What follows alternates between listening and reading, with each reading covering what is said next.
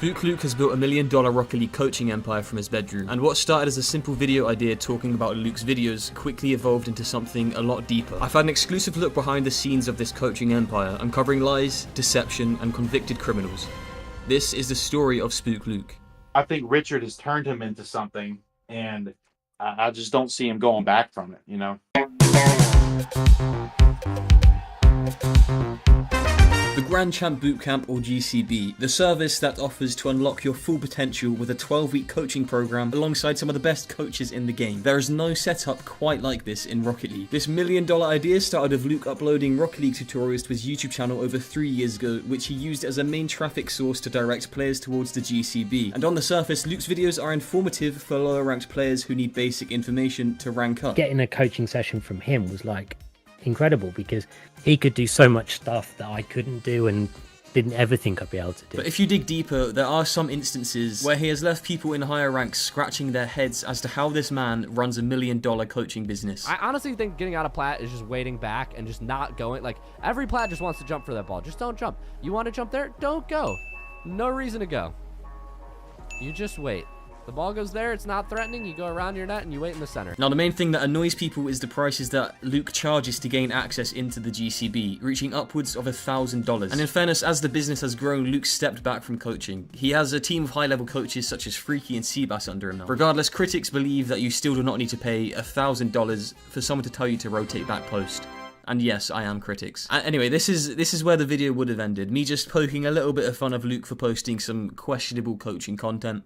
But then I got a DM. Hey, I have watched a couple of your videos, and I wasn't sure if you'd be interested in a crazy story. He has basically scammed close to 2K RL players out of money. He has a silent partner who has been arrested for scamming people with Ponzi schemes. And lastly, he recently fired one of the only guys in his organization that cared about those people in the server. So naturally this grabbed my attention and I set out to work to answer the following questions. Is Sp77ch Luke a scammer? Who is Luke's criminal partner? And who was the community man that was fired by Luke? I was lucky to get into a call with Luke's former lead salesman called Django, who explained a lot more than I ever could have asked for. But first, it's important to give some context. Most of what Luke has formed his business model around is what a man named Richard Yu has taught him. I can't play Rocket League anymore without just thinking about like the just complete and utter wickedness of Richard. Richard is the bad person. A quick Google of his name shows that Richard has been previously charged with insider trading and accused of scamming by a lot of people. He now runs a business coaching operation which Sp77ch Luke is signed up to. And Luke got Richard Yu to teach Django how to make money through sales, and it worked very well. And in a sense, I'm kind of glad, because Luke allegedly pays Richard Yu $10,000 a month for his business courses. Richard is a master salesman. I will give him that. I made him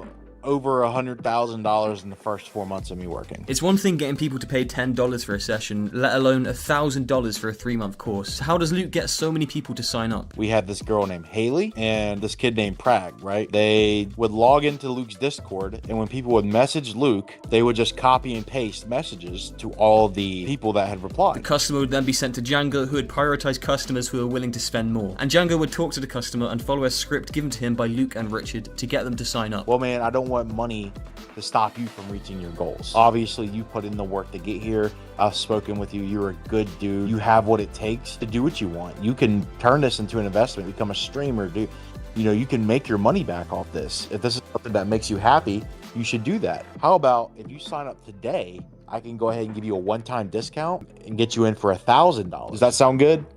Hey man, you know what? I can do that. And then boom, you're in. So in short, the whole sales pitch is making the customer feel like they spoke to a YouTuber, making them feel special, and then make them want to be part of the so-called inner circle, which I'm not gonna lie, it comes off as a bit culty, the inner circle thing, but you know. And usually a day later, the customer would come back to Django with regrets. The next day, they regretted it, and then they would call me and ask for a refund. I've had people tell me, hey man, I'm whispering because if my wife finds out I'm doing this, she'll divorce me. And I felt bad.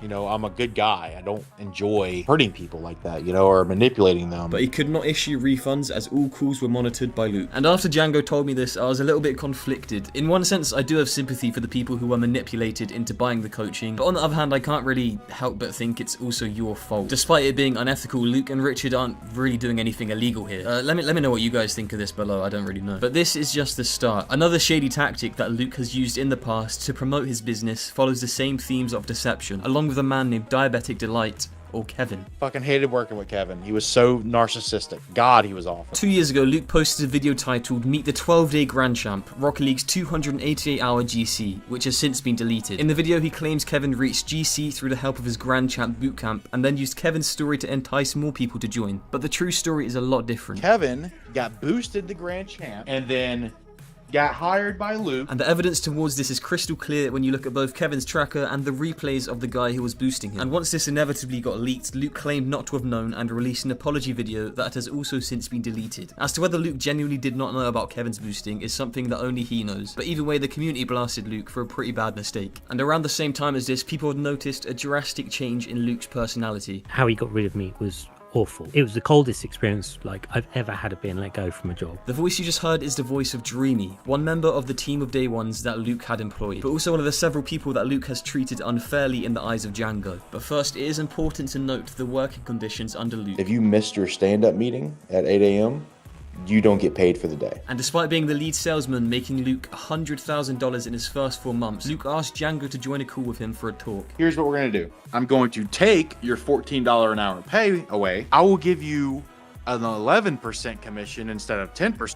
I'm like, you fucking $10, bro? You're gonna give me $10 per sale? And to add to this, the commission that Django would make wasn't even being tracked properly. The figure that Django alleges is missing from the company ranges from $30,000 to $70,000. I think right now he still technically owes me like $3,000. So that was it at the Grand Champ bootcamp for Django, but he did go on to mention another key figure in the company called Dreamy. He is the nicest person that you could find, man. He's great.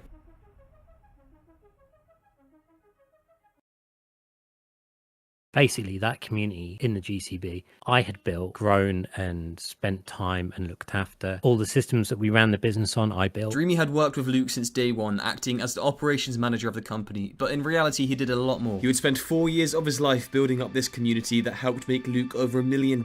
He would hold mental health sessions with people in the community and genuinely cared and believed in the whole company. So when Dreamy was brought into a call by Luke in January 2024, what came next shocked him. Finished work, got a call. Hey, how are you? I said, yeah, doing really well. Explained everything I'd done. And he just went, okay, well, unfortunately, like, I've been evaluating the business and we haven't got any room for your role at the moment, so I'm going to let you go. Asked me if I had any questions, and that was the end of the conversation. And when I announced that I'd been let go because they didn't, it caused a huge uproar.